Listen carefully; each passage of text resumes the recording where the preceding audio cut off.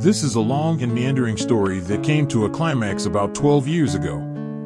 It's one of the most bizarre things that's happened to me and left me rattled and puzzled for a long time. When I was in college, my father retired and moved to New Orleans. He had lived there in his 20s and 30s, and his two sons from his first marriage, my half-brothers, still lived there. He moved into a cool apartment complex with a swimming pool in the center courtyard and a lot of sociable people his age. One of them was a retired Army general. I'll call him Tom. My dad and Tom were the same age, and both Korean War veterans. My dad had been in the Marines for 4 years during the latter part of the war, while Tom had stayed in and risen through the ranks. Tom had been to Ranger School and the Special Forces Pipeline, and was a country expert for Korea. He was in Korea for most of the Cold War, training ROK Marines, gaming out WWII scenarios, and working closely with a large, private corporation I'll not name here doing semi-spook stuff. He retired shortly before September 11th. He was a full colonel at the time, and was promoted to Brigadier General, 1-star, just before retirement to sweeten his pension. That was kind of a professional courtesy/old boy club thing. After September 11th, the government expanded the Federal Air Marshal Service and asked Tom to come out of retirement lead the restructuring. They wanted someone who didn't have apparent command, and since he had been out of the Army for a year or so, he was a good candidate. They promoted him to Major General, 2-star, so that he would have clout among the other generals, GS-15 civilian employees, and private sector executives he'd be working with. Colin Powell pinned his 2nd star on him personally in the White House. At this time I was in the Marine Reserve myself, and getting ready to graduate college. I'd not yet been called up for OIF or OEF, so I was looking for my first grown-up job. My dad suggested that being an air marshal could be fun for a year or two, even if it wasn't exactly something I was interested in. I had a clearance and was an expert on the range, not mention I was a friend of the 2-star who was running the program, so I was maybe a step ahead of some of the other candidates. My dad arranged a phone call with Tom to talk about my options. At this point, I'd met Tom many times when I'd go to visit my dad. He was one of the kindest men I've known. We'd sit around the pool and I would pick his brain endlessly about his military experience and the spooky adventures he was at liberty to talk about. As a young enlisted Marine, it's hard to describe the feeling of being close with a 2-star general. I had seen a general maybe 3 times at that point. If you're a lance corporal in a rifle platoon and a major shows up in the barracks, you snap to attention and bark out attention on deck, like it was Darth Vader walking in the room. Somebody with stars on their collar might just give you a heart attack right there. So to be shooting the shit with Tom was pretty special for me. Tom was a widower and an old Southern gentleman, and dated women here and there. Although he didn't smoke, he always carried a Zippo lighter with him to light a lady's cigarette. He lit a cigarette for me by the pool one day, and I noted that his Zippo had a Ranger crest on it. He said that his daughter had given it to him years before, and he thought it was gaudy at the time. He wasn't the type to advertise his status, but he came to cherish it after his daughter died. She had been an avid equestrian and had died in a car accident in Costa Rica in the 70s or early 80s while she was down there for some kind of riding event. His wife died of cancer some years later. Tom's apartment was covered in photos of his daughter in riding gear. She was beautiful. The dated feel of the portraits, frozen in the 1970s, the quiet apartment, and Tom's outward sanguinity were all horribly tragic. At any rate, we spoke on the phone about the Air Marshal program. He couldn't answer a lot of my questions due to operational security, but we talked for about an hour. In the end, another job came up and I didn't opt for the Air Marshal program. Still, my dad would give me regular updates whenever Tom would go back to New Orleans on leave.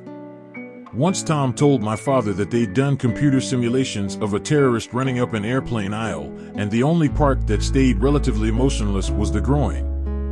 Obviously, in an airplane you want to hit the target and not the fuselage, so they decided to aim for the groin as part of their doctrine.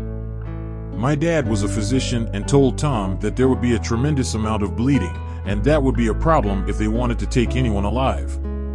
Being a curious man, my dad set about coming up with a solution to this in his free time. He sketched out a sort of jockstrap with a hemostatic agent where the cup would be, and gave it to Tom. Tom came back to him some months later and said that a prominent pharmaceutical company was making a prototype. My dad didn't want money or credit. He was just happy to have been involved in solving a small problem for his country. After the Iraq invasion, Tom left the Air Marshal Program and worked on Condoleezza Rice's staff as a national security aide. All in all, everyone loved Tom. He and my dad became very good friends in a few short years. Tom took my brother's kids to Saints games.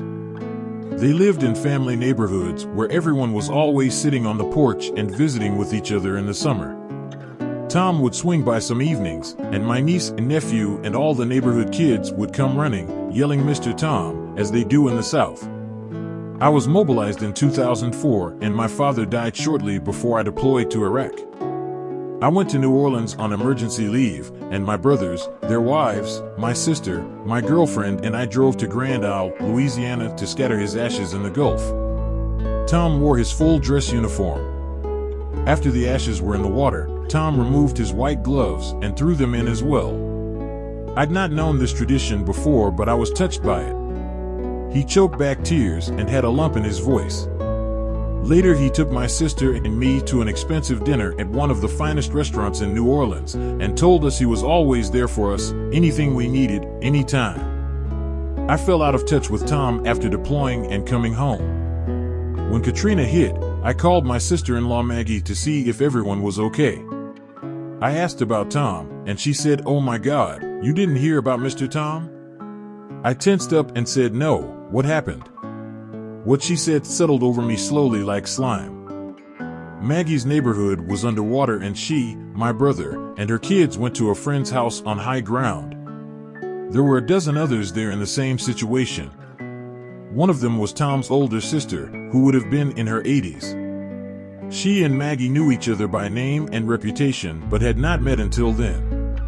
Maggie introduced herself and asked after Tom. His sister was worried, as she'd not heard from him since the storm. Maggie said, "Well, I wouldn't worry.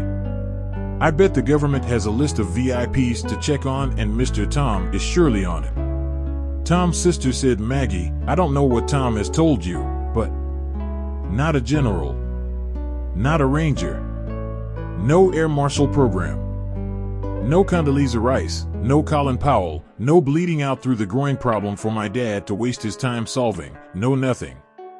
Tom was in fact a penny-ante lawyer. What was true was that Tom's sister's deceased husband was a Korea vet, a ranger, a high ranker, and a spook. Tom grew up admiring everything about his brother-in-law. At some point, Tom's dreary, real-life lawyer job faded from his reality, and his fantasies replaced them. The truly sick and disturbing thing was that his daughter and ex-wife were very much alive. They'd just written him off when his detachment became too much. So he killed them off in his narrative. Still, his daughter had the heart to take him, and after Katrina destroyed the apartment building, we found out later. My girlfriend watched my face collapse as I talked to Maggie, and she was equally devastated when I told her after I got off the phone. I had so many questions. What if I had followed up on the Air Marshal thing and said, "Hey, Mr. Tom sent me"? Then some of the particulars hit me. He said he was only promoted to the general ranks after retirement, so he would have had an answer as to why he wasn't listed in the Army website's general officer biographies. He probably had an answer to the Air Marshal thing too. It's like writing a screenplay, coming up with plausible explanations for kinks in the story or character development.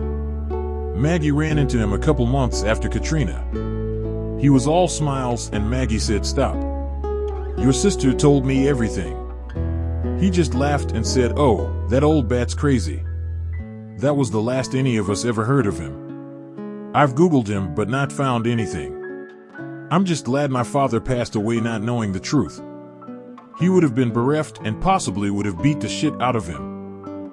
I'm saddened by my dead father having been played like a fool in his last years, but I'm also sad for Tom.